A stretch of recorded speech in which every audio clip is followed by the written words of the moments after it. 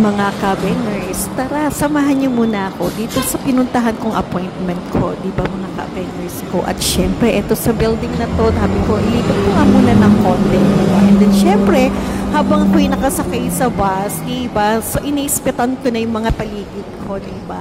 And then sabi ko nga, pagkatapos ng appointment ko rito, mga kabengers ko, ay may naispatan nga ako ng mall na malapit dito. Kumbaga, tatawid ka na lang eh, di ba? Kaya sabi ko, sige nga kako, pagkatapos ng appointment ko rito ay papasyalan ko muna ito, di ba? Nang sa gayon naman ay maging masaya ang aking mga mata, di ba mga kaabengers? At ayan na nga, tumatawid-tawid tayo mga kaabengers at nagmamadali, di ba? Kasi naman tanghaling tapat yan, grabe ang init mga kaabengers ko. Kaya naman sabi ko, wow, alam nyo naman ang lola, takot mainitan, di ba mga kaabengers? At ayan na nga, malapit na nga ako dun sa lugar na yan. At ayun, naispatan ko may gulay. Talaga naman po, wow.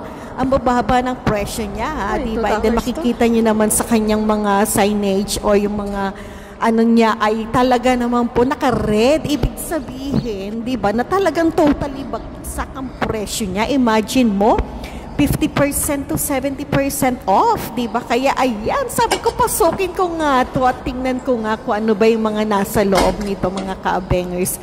At ayan na nga, excited ang lola nyo, di ba? Kaya sabi ko, sige na, tingnan ko na nga mga ito and then samahan nyo na rin ako mga kaabengers and then compare nyo nga ba or tignan nyo kung sulit ba yung mga presyo na ino-offer nila rito, di ba mga kaabengers? And then syempre, alam nyo naman ang lola nyo, ilang beses na tayo nagpi-feature ng mga ganito, di ba? Ang lagi kong inuunang tignan ay ang presyo, di ba? So meron tayong tatlong factors, di ba?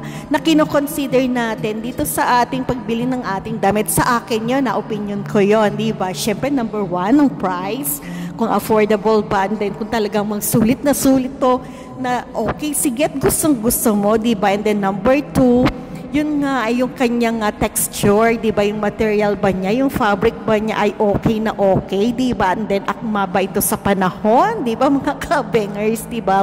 And then syempre number three, oh my God, di ba? Ito yung number, ano talaga, di ba? Kumbaga wala kang pakialam kung magkano man ang presyo niyan at as long as na ito ay bagay sa'yo, di ba? Kaya go ka, di ba mga kabengers, di ba? Siyempre, ang magdadala niyan, ikaw, di ba? Kahit sabihin mo bang napakaano pa, di ba? Mahal kung hindi mo naman kayang dalhin. Wow, ang lola nyo, di ba? Parang may hugot, di ba mga kabengers ko? Kaya naman po, sige lang. At ayan, pabalik-balik nga ako, di ba? Lalo na dun sa mga pants, di ba? Yung mga tokong na style.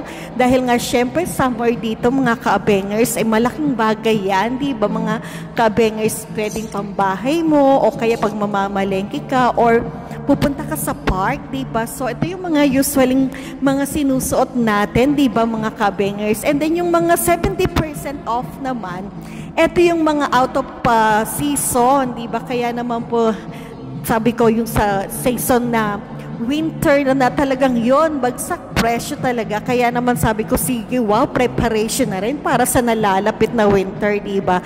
At least, sakauna ka na, and then, bagsak presyo pa yung mabibili mo. Pero tiningnan ko lang nga, kasi wala naman talaga sa budget yan eh, diba? Kung bakit ba hindi? Kung talagang mayroon kang nagustuhan, diba? Kahit isang piraso, sige, go ka lang, diba? Pero sa ngayon nga, diba, kako, lilibot ko lang kayo, and then sabi ko, wow, may naispatan ako na talagang gustong-gusto ko, and then binabalik-balikan ko, sabi ko, wala pa akong kulay green na pants, di ba, mga kaabengers. Kaya lang, nung tinignan ko siya, and then, oh my God, kaya lang sabi ko, ay, parang hindi bagay sa akin, kasi kumbaga, ang inaano ko sa pants ay, kung hindi straight cut, ay yung talagang, anong tawag, yung wide leg, diba? So, ayun, talaga naman po, kaya sabi ko, wow, tsaka ka na muna, diba?